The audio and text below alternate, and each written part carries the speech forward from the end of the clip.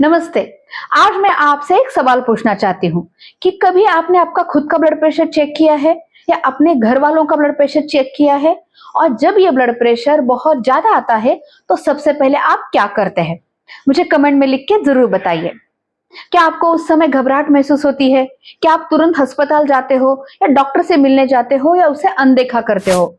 या आपके घर में अगर किसी को भी बीपी की दवाई चल रही है तो चुपके से वो एक दवाई निकाल के आप खा लेते हो। तो जब भी ब्लड प्रेशर हाई आता है तो हमें समझना बहुत जरूरी है कि किन चीजों को ध्यान में रख के हम लोग ये डिसाइड कर सकते हैं कि कब हमें तुरंत अस्पताल जाना चाहिए और कब हम लोग थोड़ा घर पे वेट कर सकते हैं। तो आज मैं बताऊंगी कि ब्लड प्रेशर नॉर्मल रेंज क्या होती है, ब्लड प्रेशर अगर ज्यादा आता है तो हमें क्या करना चाहिए।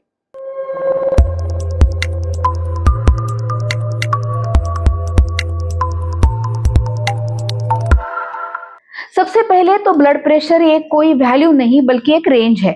हमारे नसिकाओं में जो खून दौड़ता है उसका ये प्रेशर होता है। तो ऊपर का जो ब्लड प्रेशर है उसे हम लोग 140 से लेके 100 तक नॉर्मल कह सकते हैं और जो नीचे का ब्लड प्रेशर है उसे हम लोग 90 से लेके 70 तक नॉर्मल कह सकते हैं। हर व्यक्ति में अलग अलग कारण की वजह से इस रेंज में भी थोड़े से वेरिएशंस हो सकते हैं। लेकिन इससे अगर बहुत ज्यादा, इस रेंज से भी ज्यादा अगर ब्लड प्रेशर रहे तो हम लोग उसे कहते हैं ब्लड प्रेशर बढ़ना या हाई बीपी। कई बार इसके अलग अलग कारण होते हैं। आमतौर पर कोई टेंशन होना, बुखार आना, सर दर्द होना, बदन दर्द होना, नींद ठीक से ना होना, कोई mental stress, physical stress, exertion होना, ज्यादा चाय कॉफी लेना, ज्यादा नमक वाली चीजें लेना, ऐसे कारणों की वजह से भी टेम्पररी ब्लड प्रेशर बढ़ सकता है। लेकिन साथ ही में हार्ट की बीमारी होना, ब्लड प्रेशर की बीमारी होना, अगर एक व्यक्ति को ऑलरेडी बीपी की तकलीफ है तो बीपी की दवाइयां छोड़ देना या डोज कम पड़ना, किडनी प्रॉब्लम होना, ऐसे कारण की वजह से भी एक व्यक्ति में बीपी बढ़ सकता है। तो सबसे पहले तो जब भी आपका ब्लड प्रेशर ज्यादा आए तो क्या पहले कैटेगरी में जो कारण मैंने बताए थे जैसे एंजाइटी, नींद ना होना, स्ट्रेस होना, इसमें से कोई फैक्टर आपके साथ जुड़ा है या कोई दूसरे कैटेगरी का जैसे ब्लड प्रेशर का मरीज होना, दवाई छूटना, ऐसे कारण आपके साथ जुड़े हुए? अगर पहले कैटेगरी का कारण आपके साथ जुड़ा है तो ऐसे समय आप थोड़ा सा रेस्ट करके, पानी पी के, हाइड्रेशन को रिस्टोर करके, रेस्ट करने के बाद अपना ब्लड प्रेशर फिर से नाप सकते हैं। और अगर उसके बाद भी ब्लड प्रेशर नॉर्मल नहीं होता तो ऐसे समय डॉक्टर से जरूर मिलिए। लेकिन अगर दूसरी कैटेगरी में आते हैं तो हमें कुछ स्टेप्स करनी चाहिए। सबसे पहले जब भी आपका ब्लड प्रेशर हाई आता है या ज्यादा रीडिंग आती है तो ये देखिए कि क्या आपने ब्लड प्रेशर सही तरीके से लिया है। ब्लड प्रेशर घर पे नापने के कुछ स्टेप्स होते हैं और वो फॉलो करना बहुत ही जरूरी है। इससे रिलेटेड वीडियो की लिंक मैंने नीचे डिस्क्रिप्शन में और ऊपर आई बटन में दी है।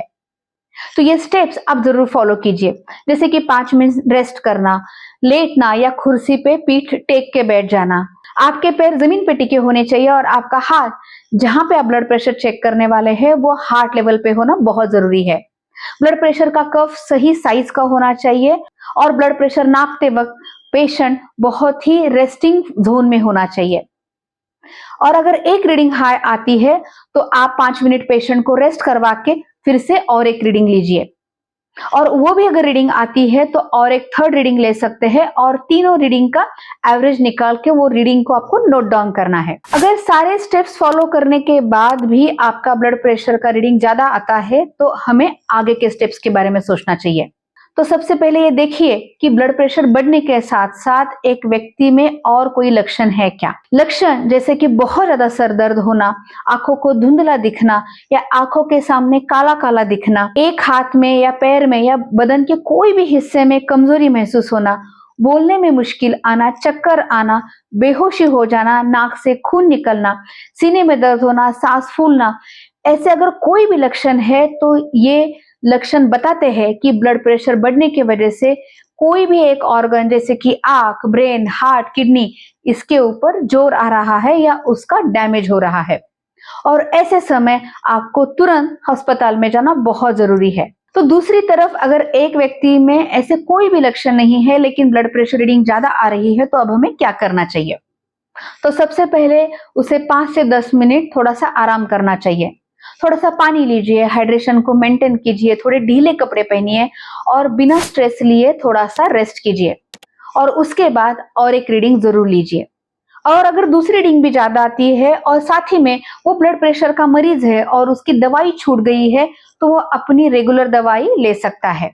लेकिन अगर वो व्यक्ति ब्लड प्रेशर का मरीज नहीं है, तो आप अपने फैमिली डॉक्टर के साथ अपॉइंटमेंट जल्द से जल्द बुक कीजिए। तो दोस्तों, आज हम लोगों ने देखा कि ब्लड प्रेशर बढ़ना कब ये आम हो सकता है और कब ये खतरनाक बन सकता है। तो अगर एक आध रीडिंग ज्यादा आ रही है और उसके लिए हमें कारण पता है, तो सबसे पहले उस कारण के लिए कुछ जरूर कीजिए। लेकिन अगर आपका बार बार रीडिंग ज्यादा आ रहा है, साथ ही में अगर आप ब्लड प्रेशर के मरीज हो या ना हो, तो आपको डॉक्टर से जरूर मिलना चाहिए। लेकिन अगर आपको कुछ वार्निंग अलार्मिंग साइंस दिख रही है, जैसे कि सर दर्द होना, खून निकलना, सीने में दर्द होना, पसीना छूटना, तो ये ऑर्गन डैमेज के साइंस हो सकते हैं और ऐसे समय तुरंत अस्पताल जाना चाहिए। आपके ब्लड प्रेशर को नापिए, लेकिन बहुत बार बार नाप के पैनिक होना भी सही नहीं है। ब्लड प्रेशर नापने का सही तरीका बहुत जरूरी होता है, क्योंकि वही ब्लड प्रेशर सेल्फ मॉनिटरिंग को सही बनाता है। इस वीडियो को अपने दोस्तों के साथ, परिवार वालों के साथ जरूर शेयर कीजिए, क्योंकि कम उम्र में होने वाली ये बीमारी वो भी सही समय पे जांच पाए और समझ पाए और सही से इलाज कर पाए। हम लोग अगले हफ्ते फिर मिलेंगे। Take care.